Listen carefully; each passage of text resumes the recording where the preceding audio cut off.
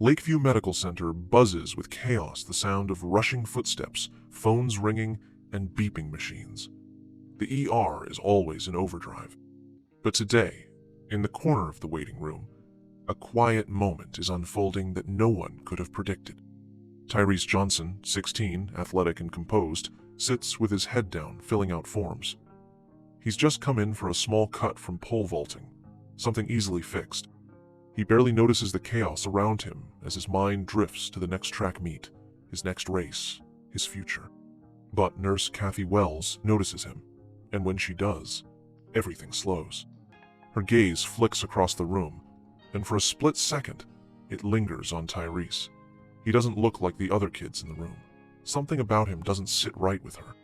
She watches as he writes, his face blank but focused, just another teenager trying to get through the day.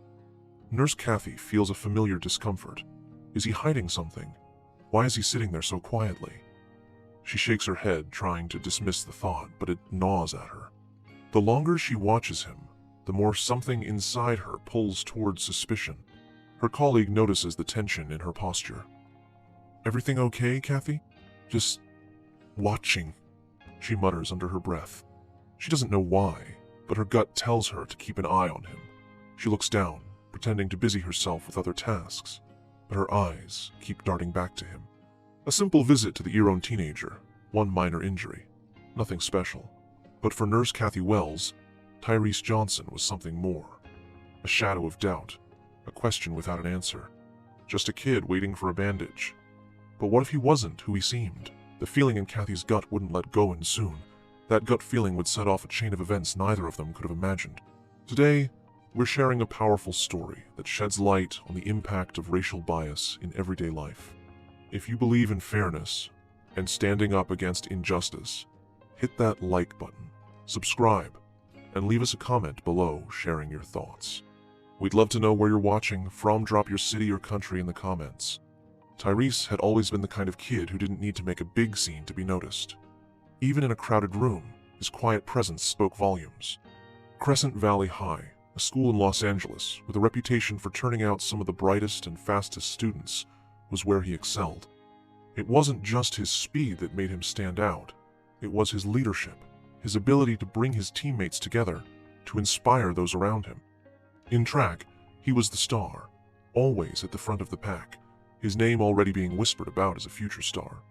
At only 16, Tyrese had been through a lot, raised by his single mother, Dr. Michelle Grant, a respected public health professional and a woman who had fought tirelessly to provide for her son. Tyrese had learned to rise above the challenges life threw his way. He was strong, focused, and determined to succeed not just for himself, but for his mom, who had sacrificed everything for him to have a better life. But no one at Lakeview Medical Center knew any of this. Nurse Kathy Wells, sitting at the intake desk, had no idea that the quiet teen in front of her was a top athlete, someone who had already earned a scholarship offer for college, someone whose future was bright beyond measure. All she saw was a young black man sitting quietly in the corner of the waiting room, filling out forms. To her, that was enough to set off a quiet alarm in her head. She didn't know why, exactly. She didn't even know him, but something about him made her uncomfortable. Nurse Kathy Wells, a seasoned professional who had been working at Lakeview Medical Center for over 20 years, had seen it all. She'd cared for thousands of patients during her career. But what she didn't know was how much her personal biases had quietly shaped the way she saw people, especially those she couldn't immediately relate to. For years, she had been proud of her ability to stay detached, to treat everyone the same. But over time, Kathy's eyes had sharpened in a way she didn't like to admit. She had learned to make quick judgments about people based on the color of their skin, the way they spoke, or even the way they carried themselves, and it had become second nature. Her eyes followed Tyrese as he sat there, filling out his form with a calm that almost seemed too confident for someone his age. She saw him look up briefly, making eye contact with a few people in the waiting room, then return to the form. To Kathy, there was something about the way he sat that didn't sit right with her. His stillness felt out of place. Was he nervous? Was he hiding something? The thought flashed through her mind, and in that split second, a small seed of doubt began to take root. Tyrese, unaware of Kathy's growing suspicion, continued to write, his eyes occasionally glancing up as the noises of the busy hospital filled the background. He wasn't worried, just tired. He had just finished a grueling track practice, and the cut on his arm was nothing more than a reminder that even the best sometimes make mistakes. But he had learned a long time ago that when you're black, you can't afford to be anything but perfect. It wasn't just the pressure from his coaches or teammates to be the best it was the world's gaze, always watching, always judging. He'd gotten used to it. So, he sat quietly, tried to relax, and filled out the paperwork, keeping his head down. He didn't notice Kathy's eyes on him. He didn't see the subtle shift in her posture, the way she leaned forward just slightly, her fingers tapping rhythmically on the counter as she watched him. The waiting room was packed, patients talking quietly to themselves, a few others scrolling through their phones. But in the midst of it all, Kathy's focus was entirely on Tyrese. She couldn't explain why, but she felt the familiar stir of discomfort, like a gut feeling that something was off. She'd seen kids like him before. Quiet, reserved, acting like they had nothing to hide, but hiding something nonetheless. It's just a feeling, she thought. But as she watched him, the unease only grew. The more she stared, the more she began to doubt what she was seeing. Is he really just here for a minor injury? What's he doing sitting so still, so calm? And in that moment, Kathy made her decision. I need to keep an eye on him. As Tyrese finished his form and sat back, glancing up at the nurse's station, Kathy quickly turned away, pretending to check some patient files, but her mind was racing. She couldn't help herself. Something about this kid didn't feel right. There was a quiet confidence in him, too confident. She couldn't pinpoint what it was, but it didn't sit well. And in a place like this, where you never knew what kind of situation could suddenly escalate, she had learned to trust her instincts, no matter how uncomfortable it made her. Tyrese was just waiting for his turn. But for Nurse Kathy, it was already too late. The seed of doubt had been planted. It's 6:30 p.m., and the hospital is buzzing. Tyrese, still sitting in the waiting area, unaware of the storm about to unfold, continues to fill out his paperwork. The fluorescent lights overhead hum softly, the rustle of pages the only sound around him. His hand moves methodically across the form, but in his peripheral vision something shifts. Nurse Kathy Wells stands at the intake desk, her eyes darting over to him once more. There's an intensity in her gaze now, something more than just suspicion. Something deep within her says he doesn't belong here, and it's that gut feeling, buried under years of experience, that drives her to make a decision she'll regret. Without warning, Kathy steps away from the desk and picks up the phone. She presses it to her ear, her thumb tapping anxiously against the receiver. Yeah, I've got a young man here. Looks suspicious. He's just sitting there, not moving, not doing anything, almost like he's waiting for something. Maybe trouble. I'm not sure, but I don't like it. She pauses, listening intently. He's loitering. I think it's best you send someone down here to check it out. Tyrese doesn't notice. His focus is on the form, his mind already planning his evening, maybe a quick dinner before getting back to his studies. He's used to people staring, used to being watched. But today, he's just tired. As he scribbles his name, something in the air changes. He looks up for a moment, feeling a coldness that wasn't there before. He scans the room quickly. Nurses and patients move around him, but no one meets his gaze. It's as though he's invisible except for one person. Nurse Kathy's eyes are locked on him, and he knows something's wrong. The way she watches him, it's different, more judgmental. Her arms are crossed, her expression stern. He feels the weight of her stare, the unspoken assumption that hangs between them. But he doesn't react. He knows better than to show anything. He's been taught to keep calm, to keep cool. Just as he starts to look back at the form, the sound of footsteps grows louder. 2 officers step into the ER. Officer Mason, a veteran with years of experience, and Officer Davis, the rookie, walking in his shadow. Without hesitation, Kathy steps forward, her finger pointing directly at Tyrese. She says nothing, just gestures for them to come closer. Officer Mason, eyes narrowed, approaches Tyrese. What's your name, kid? What are you doing here? Tyrese, slightly surprised but not showing it, looks up from his paperwork, and meets the officer's gaze. "I'm just here for a small cut," Tyrese replies calmly. "I'm a student at Crescent Valley High.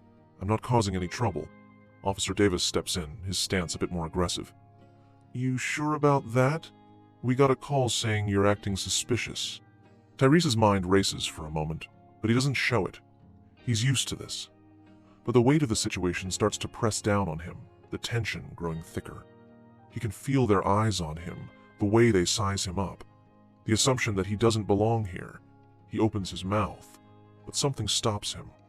Instead, he smiles faintly, trying to keep the peace. "Look, I don't know what this is about. I'm just trying to get treated and get back home. That's it." The officers don't back off. Officer Mason leans in a little closer, his voice dropping to a more demanding tone. "I don't think you're being straight with us. You don't look like someone who just needs a bandage. Are you sure there's nothing more going on here?" The words hit Tyrese harder than he expects. He can feel the sting of the implication, the sudden weight of their judgment. He doesn't show it, but something inside him cracks. He has to stop himself from reacting, from saying something that could escalate things further. But this isn't just about a cut anymore. Nurse Kathy, watching from a distance, crosses her arms and watches with a sense of satisfaction. Her judgment, once just a whisper of doubt, now feels justified. "She's not the only one who thinks there's something off about this kid," she told them. She was right. As the officers continue their questioning, her eyes narrow in silent approval. Tyrese remains calm, but she doesn't see the fear in his eyes, the growing realization that, once again, he's being treated differently because of how he looks. She doesn't see the emotional toll this is taking on him. Tyrese, now fully aware of the officer's hostility, keeps his hands still on the desk, trying to appear as non-threatening as possible. He doesn't want this to turn into anything bigger, but it's already spiraling. He can feel it, the undercurrent of suspicion, the assumptions. And just when it feels like the situation is about to get worse, the sound of the front doors swinging open cuts through the tension like a knife. Tyrese looks up, relief washing over him before he even knows who's entering. But then his heart stops. As the situation with the officers escalates, Tyrese remains calm, but he can feel the tension mounting. Without making a scene, he quietly takes out his phone and sends a quick message to his mother, Dr. Ann. "Michelle Grant." His message is short, just a few words. "Mom, something's wrong. Police are here. They're questioning me." Unbeknownst to Tyrese, one of the hospital staff members, perhaps someone who recognizes him as the son of the health commissioner, quickly catches wind of what's going on. With urgency, they reach out to Dr. Grant, who's likely just finishing a meeting or coming from another part of the hospital. She doesn't hesitate. Dr. Grant, always composed but now filled with the urgency of a mother protecting her child, walks quickly toward the ER. Her sharp eyes immediately scan the room as soon as she enters, spotting Tyrese surrounded by officers and Nurse Kathy standing off to the side. Without a moment's hesitation, she steps forward. In just minutes, Tyrese's calm wait had turned into an interrogation. What had started as a simple visit had escalated into something far darker.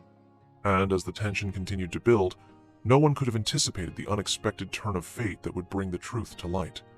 This wasn't just about a cut anymore. It was about assumptions, judgment, and the dangerous line between suspicion and truth. If this story resonates with you, don't keep it to yourself. Share it with someone who needs to hear it. Whether it's a friend, family member, or colleague, spreading awareness is the first step toward change. And if you haven't already, make sure to hit that notification bell so you never miss an important story like this. The tension was suffocating. Officer Mason leaned in closer to Tyrese, his voice cold. "What are you really here for?" he demanded again, his eyes narrowing with suspicion. Tyrese, still calm but beginning to feel the weight of the interrogation, clenched his jaw. He had said everything he needed to say, but it wasn't enough for them.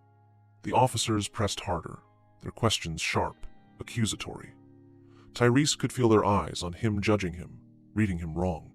The room grew heavier with each passing second. The ER was alive with the hum of machines, the bustle of nurses, but in this small corner, time had stopped.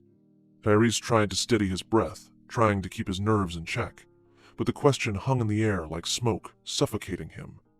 Why was he being treated like this? Nurse Kathy stood behind them, her arms crossed, watching with satisfaction. Her gaze remained fixed on Tyrese as if her earlier judgment had been justified. The officer's persistence made her feel vindicated, and she didn't even blink at Tyrese's frustration. But in that instant, a sharp click of the front door echoed through the room. The atmosphere shifted. Dr. Michelle Grant entered the ER with the force of a gust of wind, her presence undeniable. She walked through the sliding doors with purpose, her heels clicking against the sterile tile floor, as if her very stride commanded the room. She wore the confidence of someone who had spent years in the trenches, advocating for change. Her posture was straight, professional, her eyes scanning the room with sharp intelligence. But as she moved forward, something caught her eye. The two police officers standing too close to her son. Tyrese's face lit up as soon as he saw her. He didn't even need to speak.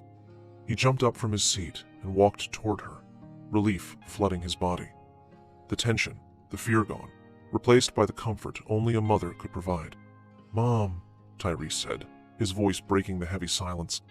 The officers froze. Kathy's eyes widened in surprise, not recognizing Dr. Grant, but immediately understanding that this wasn't just any ordinary person. The officers exchanged glances, suddenly uncertain. Dr. Grant walked straight to her son, her eyes locked on the officers now awkwardly standing in front of him. Officer Mason straightened up, trying to regain his composure, but it was too late. He stammered, opening his mouth to speak, but the words faltered before they could even leave his lips. "I'm Dr. Michelle Grant," she said firmly, her voice calm but dripping with authority. "I'm the Health Commissioner of Los Angeles." There was a moment of stunned silence. "And you are harassing my son," Dr. Grant continued, her eyes now fixed on Officer Mason. "I suggest you let him go immediately." The officers shifted uneasily. Officer Davis glanced at Officer Mason, clearly uncomfortable. Mason, clearly rattled, tried to defend himself, his voice shaking slightly. "We were just—" "Just what?" Dr. Grant interrupted, her voice unwavering. "What exactly are you accusing him of? Sitting quietly in a hospital waiting room?" She turned to Kathy, who had remained silent, her face flushed with discomfort. "You," Dr. Grant said, her voice sharp, cutting through the tension. "You've been watching my son, assuming the worst about him for no reason." Kathy's face reddened. Her lips parted as if she were about to say something, but nothing came out. "Doctor?" Grant's piercing gaze locked onto hers, and Kathy's usual cold clinical demeanor cracked. "You have no right to judge anyone based on how they look," Dr. Grant said, her voice steady but filled with unspoken power. "You made assumptions, you called the police, and now you're standing there, silent, with your bias exposed." Kathy's eyes flickered to the floor, suddenly aware of how loud the silence around them had become. Her usual confidence, her authority, vanished in the face of the truth she couldn't escape.